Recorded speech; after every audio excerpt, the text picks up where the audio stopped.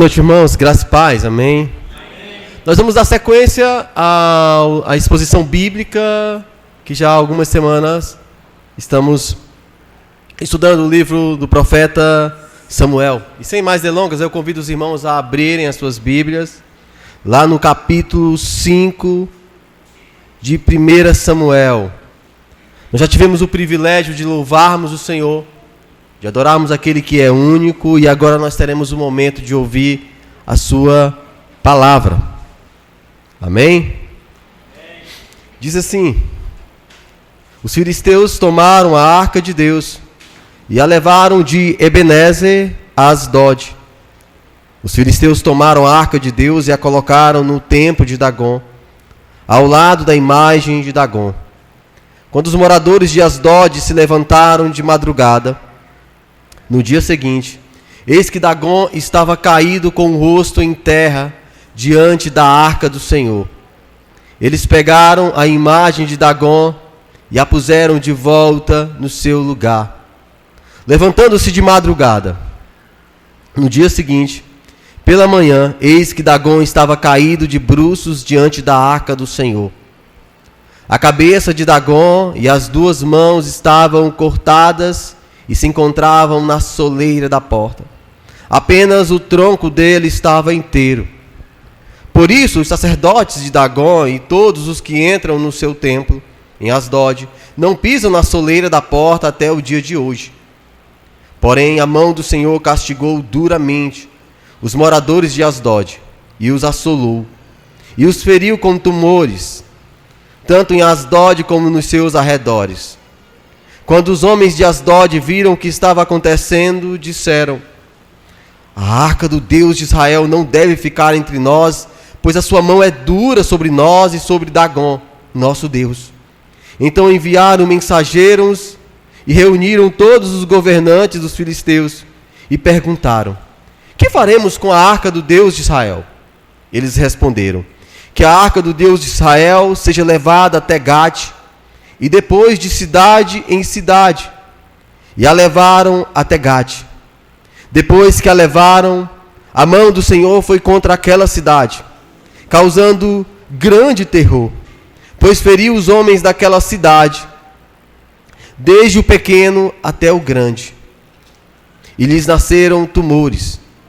Então enviaram a arca de Deus a Ecrom. Mas quando a arca chegou lá, os ecronitas exclamaram: trouxeram a arca do Deus de Israel até aqui para matar a nós e a nosso povo. Então enviaram mensageiros e reuniram todos os governantes dos filisteus e disseram: devolvam a arca do Deus de Israel, que ela volte ao seu lugar, para que não mate nem a nós nem a nosso povo, porque havia terror de morte em toda a cidade, e a mão de Deus castigou duramente ali. Os homens que não morriam eram atingidos com os tumores, e o clamor da cidade subiu até o céu. Oremos. Senhor, nosso Deus, nosso Pai, nós, nesta hora, rogamos que o Senhor fale por meio da Tua palavra.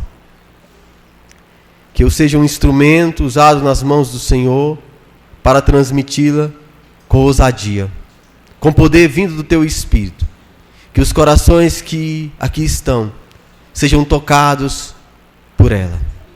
Toda honra, toda glória seja dada ao Senhor, o único Deus. Meus irmãos, nós estamos estudando o livro de 1 Samuel. E o povo de Israel estava vivendo um tempo de decadência espiritual, de afastamento do Senhor.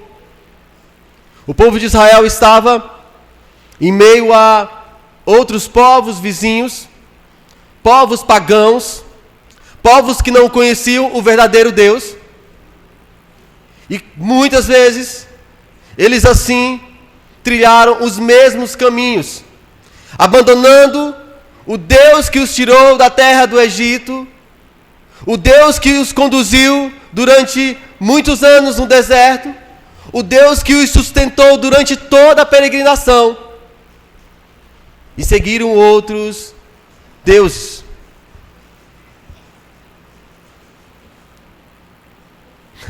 No texto passado, nós vimos que o Senhor permite que os israelitas sejam derrotados por um povo que durante o período dos juízes e durante o início da monarquia era um povo que estava em constante confronto com o povo de Israel, que eram os filisteus. Os filisteus eram uma nação pagã. Eles cultuavam várias divindades. Eles tinham um certo poder militar.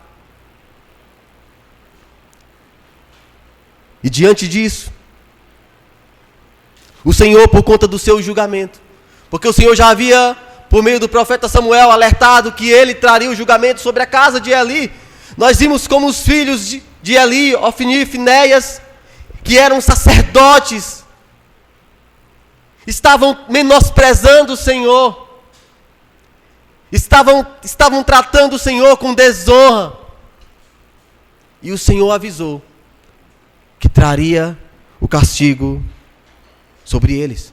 E aconteceu que o povo de Israel se reúne ali, em Ebenezer, e os filisteus saem em combate com os filisteus.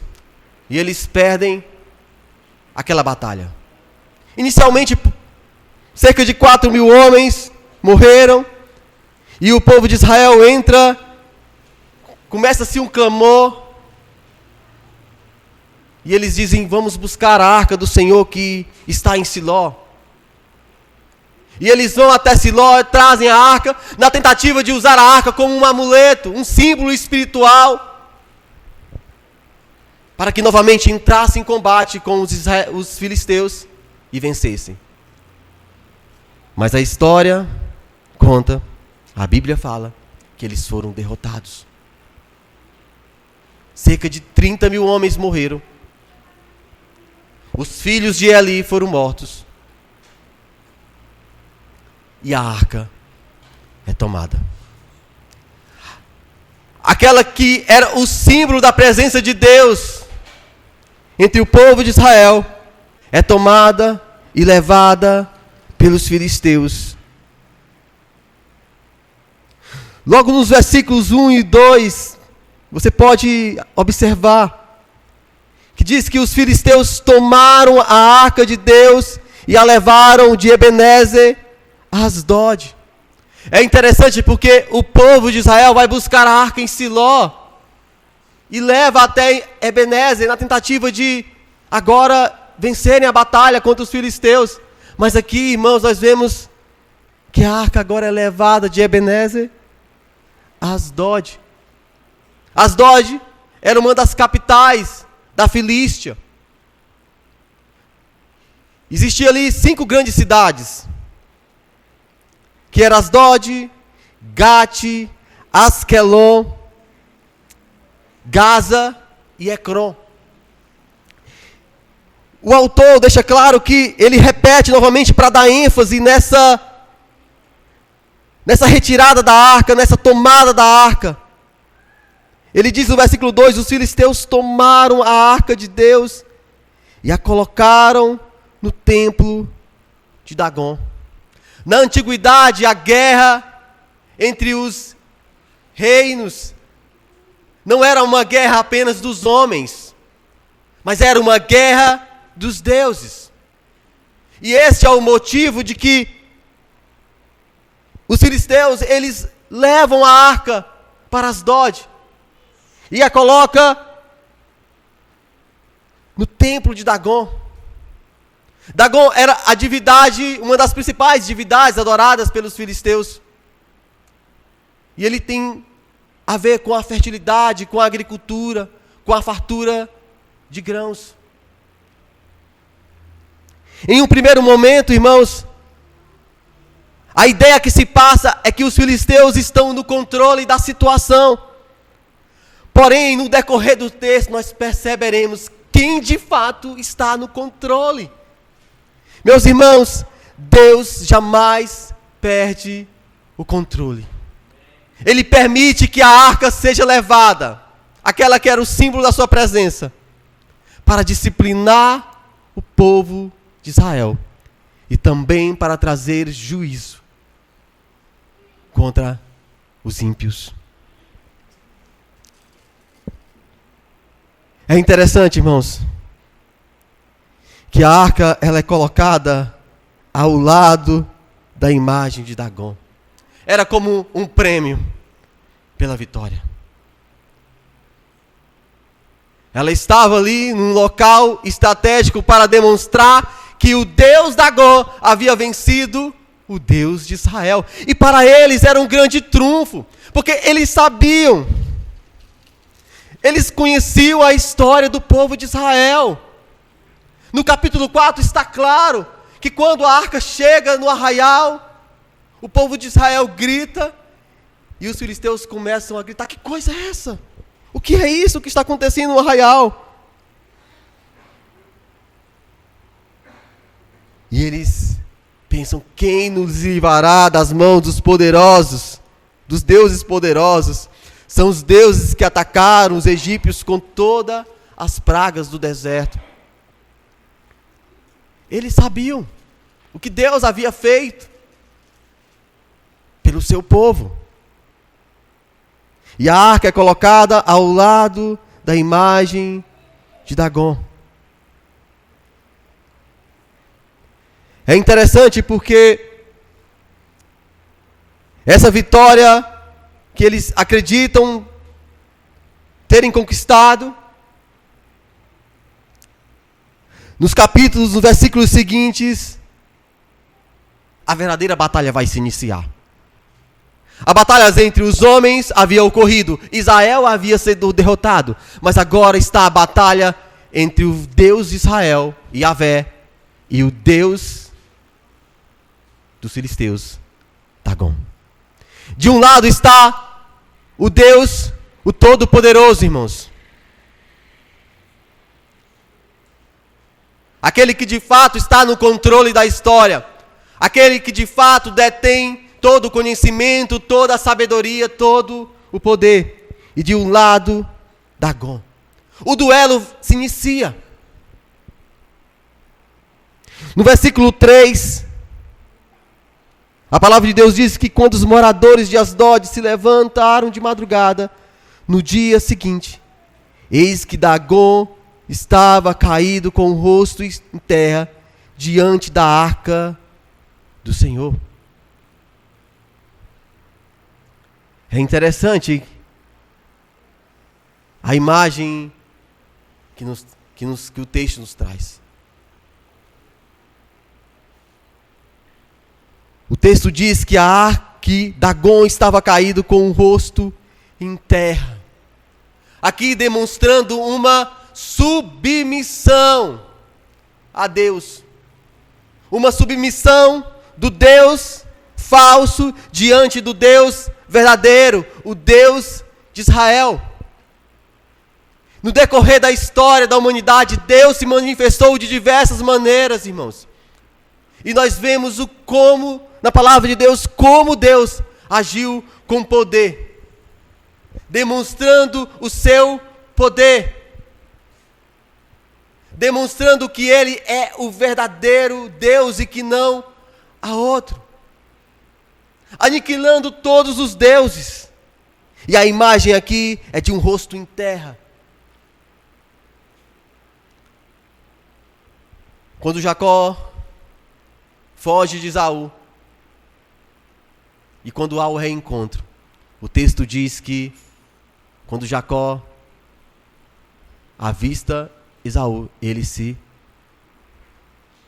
abaixa e põe o seu rosto em terra. Então, o autor quer deixar claro essa ideia aqui de submissão.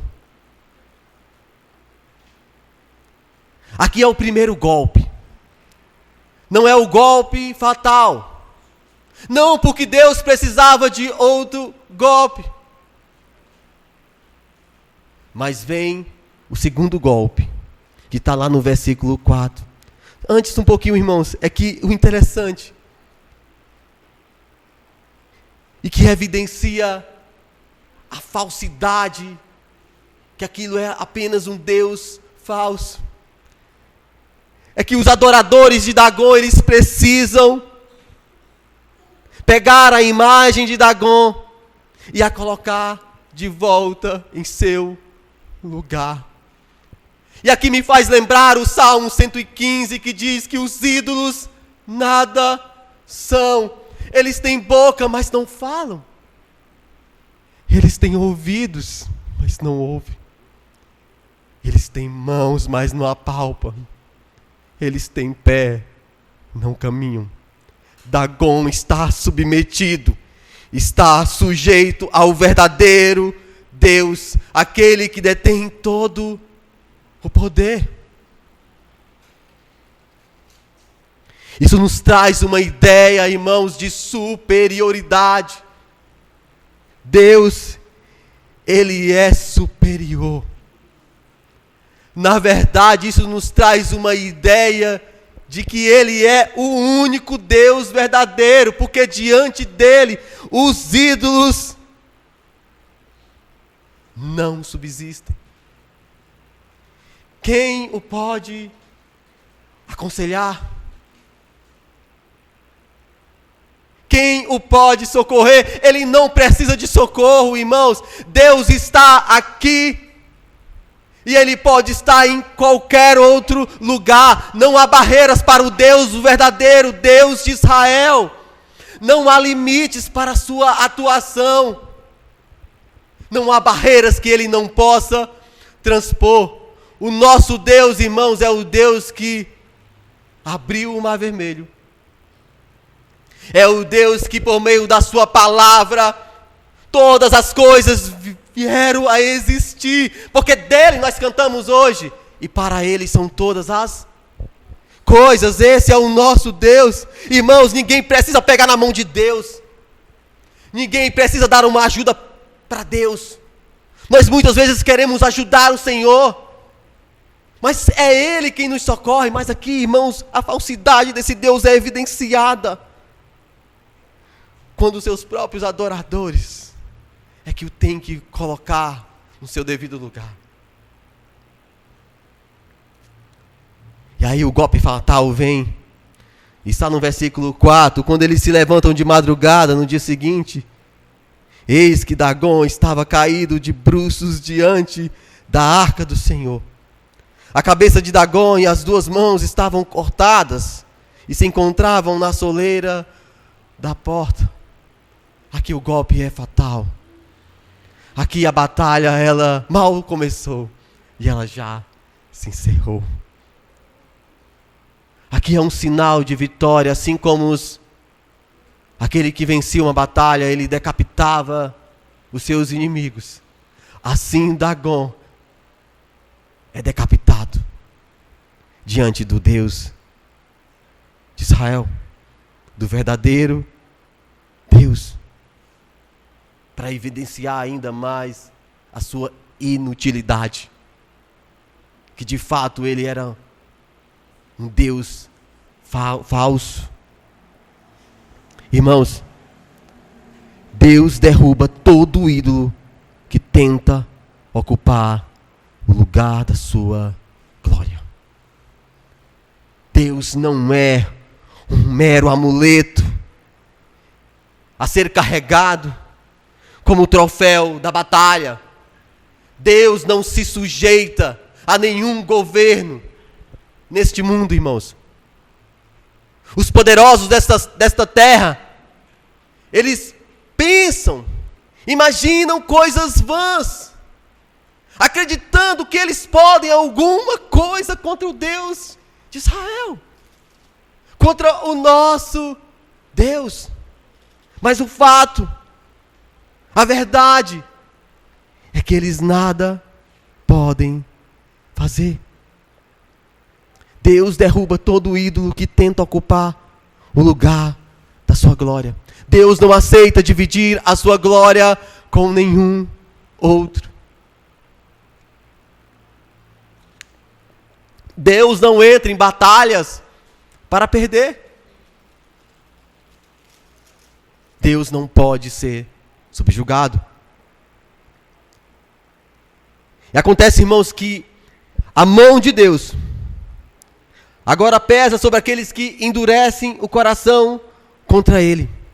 Os filisteus, os moradores de Asdod, diante dessa situação, no versículo 6, a Bíblia diz que a mão do Senhor castigou duramente os moradores de Asdod e os assolou, e os feriu com tumores, tanto em Asdod como nos seus arredores.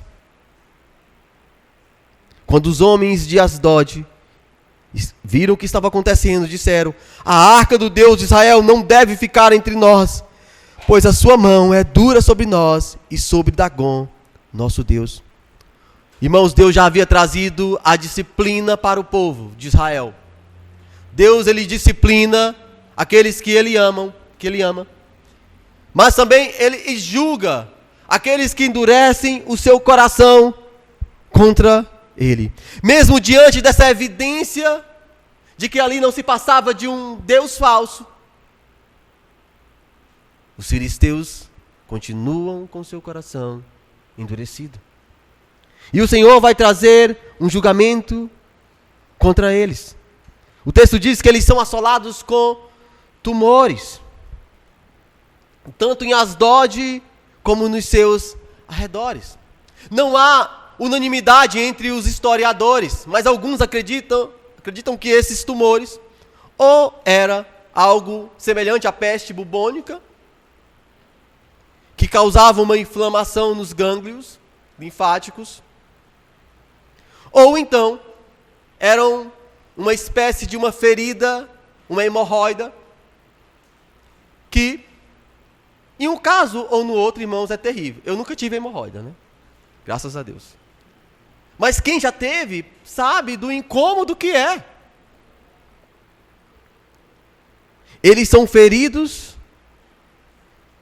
ao ponto de um desespero bater contra eles. Eles dizem: olha, a arca do Deus de Israel não deve ficar entre nós, pois a sua mão é dura sobre nós e sobre Dagom, nosso Deus. Aqui eles começam a reconhecer a sua fragilidade, a sua impotência diante do Deus soberano.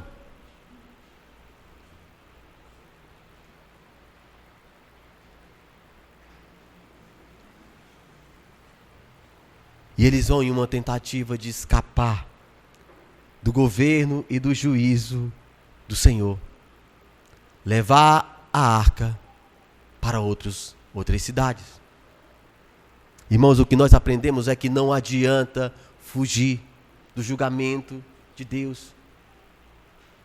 O julgamento de Deus, ele vem no tempo certo. E o que eles fazem? Eles enviam, no versículo 8, mensageiros e reúnem todos os governadores.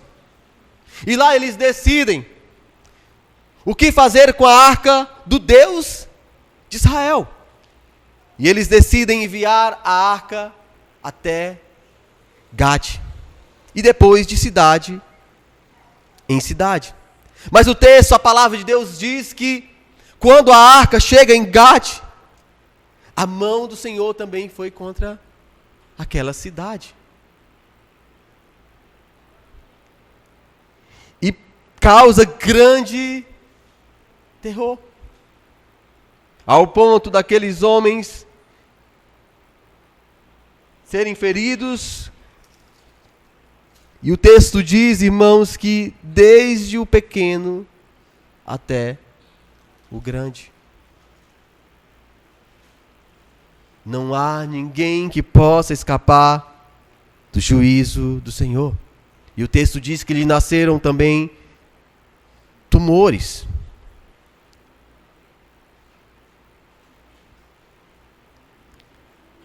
Diante disso, novamente, eles decidem enviar a arca para outra cidade. E a arca chega a Ecrom, outra cidade da Filístia. Irmãos, mas o terror se apodera daqueles moradores que quando a arca de Israel, do Deus de Israel, chega até lá, eles já gritam e dizem: trouxeram até aqui para matar a nós e a nosso povo. O terror se apodera deles. A presença de Deus, irmãos, ela traz paz, alívio para aqueles que se arrependem. Mas para aqueles que rejeitam a sua santidade, para aqueles que não se arrependem, ela traz terror. Ela traz espanto. Assim como lá no Egito, os egípcios foram assolados com diversas pragas. Da mesma forma que o terror da presença de Deus chega nas cidades. Mas quando chega em Ecrón, irmãos, há algo diferente. Eles enviam mensageiros, reúnem novamente os governadores e dizem: devolvam a arca do Deus de Israel. Que ela volte ao seu lugar, para que não mate nem a nós, nem ao nosso povo. Porque havia terror de morte em toda a cidade. E a mão de Deus castigou duramente ali. Os homens que não morriam eram atingidos com os tumores. E o clamor da cidade subiu até o céu. O terror foi tão grande que eles resolvem devolver a arca de Deus. Aquilo que era o prêmio, aquilo que era recompensa pela sua vitória, agora eles decidem devolver. Porque eles reconhecem, irmãos, o poder do Deus de Israel. Eles se curvam, eles se dobram, eles se ajoelham diante do Deus de Israel, ainda que não houvesse ali um verdadeiro arrependimento, eles reconhecem o Deus de Israel, que Ele é o verdadeiro, que Ele é o Deus poderoso, o Deus que venceu Dagom. Irmãos, isso nos leva a olharmos para aquele que de fato não apenas é o símbolo da presença de Deus no meio do povo, mas que é o Deus encarnado, é o Deus que se fez carne e veio habitar entre nós. Ele é Jesus, o nosso Senhor e Salvador. E me traz aqui, vem à minha memória, uma passagem de Filipenses, que diz que Ele, todo joelho se dobrará e toda língua confessará que Ele é o Senhor. Até mesmo aqueles que rejeitaram, eles um dia, irmãos, hão de reconhecer que Ele é o Senhor, para a glória de Deus Pai.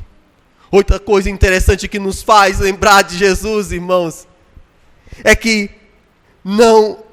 a arca foi devolvida sem a necessidade de Israel entrar em combate e retomá-la, dando um indicativo de que o Senhor é o Senhor que devolve, que leva a arca para o seu povo, para reatar o relacionamento com o povo que havia sido tão infiel a Ele.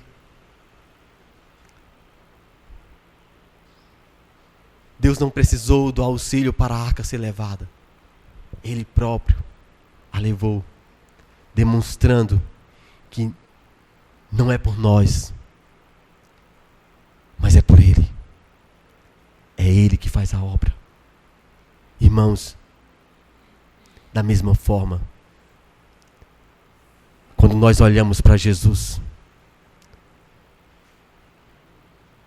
Ele sim, Ele veio a esta terra. Ele decidiu morrer. Ele enfrentou a maior batalha de todos os tempos. Não uma batalha humana, mas uma batalha contra todo o reino das trevas. Foi Ele que triunfou na cruz. E pelo seu triunfo na cruz, ele foi até as regiões da sombra da morte, até onde nós estávamos presos em nossos pecados, para quebrar as correntes e nos libertar e reatar um relacionamento com Deus. Não fomos nós, mas foi Ele. E Ele é o verdadeiro Deus. Ele é o único, o soberano. Irmãos, esse texto nos faz pensar um pouco sobre aquilo que está ocupando o lugar que pertence somente ao Senhor. Israel, durante a sua trajetória, muitas vezes flertou com os deuses de seus vizinhos.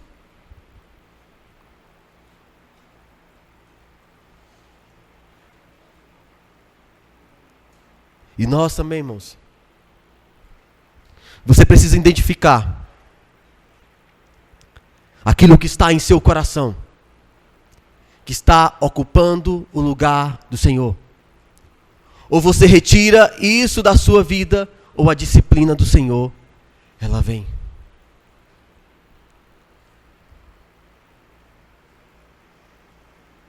Há uma frase famosa que diz que o nosso coração é uma fábrica de ídolos. Quais são os seus ídolos que você tem elevado, posto em seu coração? Talvez são desejos desenfreados. Talvez é o desejo de realizações, a busca pela sua própria satisfação. Enquanto isso, você é enganado, porque a Bíblia diz que o nosso coração é enganoso e desesperadamente corrupto. Nós, irmãos, precisamos retirar aquilo que ocupa o lugar do Senhor. O Senhor, Ele é um Deus que Ele requer exclusividade. Ele é um Deus zeloso.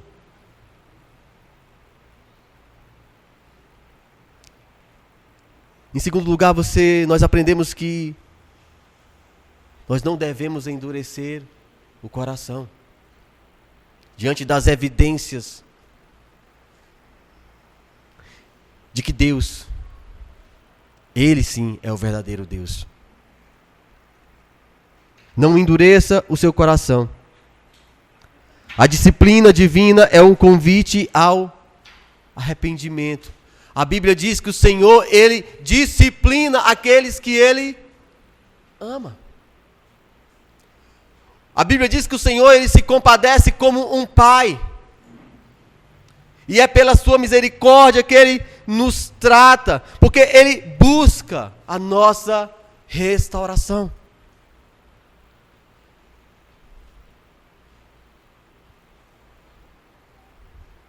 Não endureça o seu coração.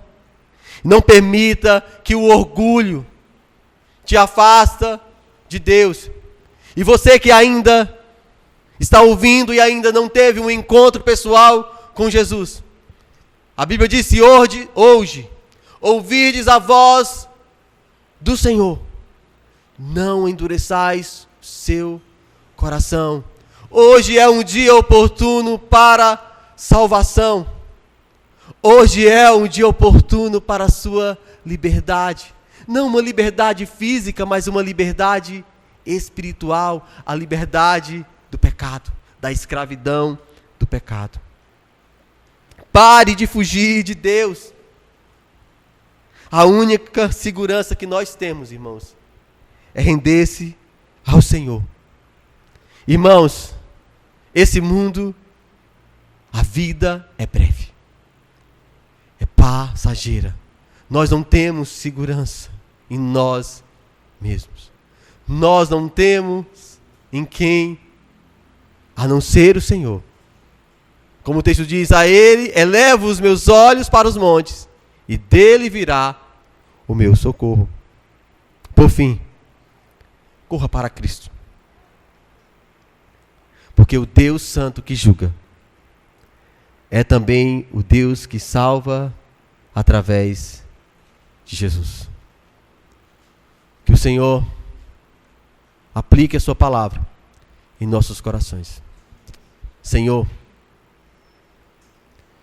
Tu és aquele que é único, que é invencível, que está no controle de toda a história.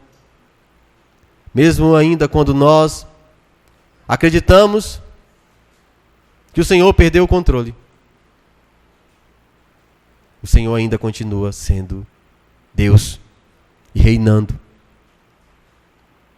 Que o Senhor trate os nossos corações, arranque todo o ídolo, tudo aquilo que nos afasta do Senhor, e nos dá, Pai, o privilégio de andar, de nos relacionar contigo, por meio do Teu Santo Espírito. Nós Te louvamos, porque nós temos acesso à Tua palavra. Em nome de Jesus. Amém.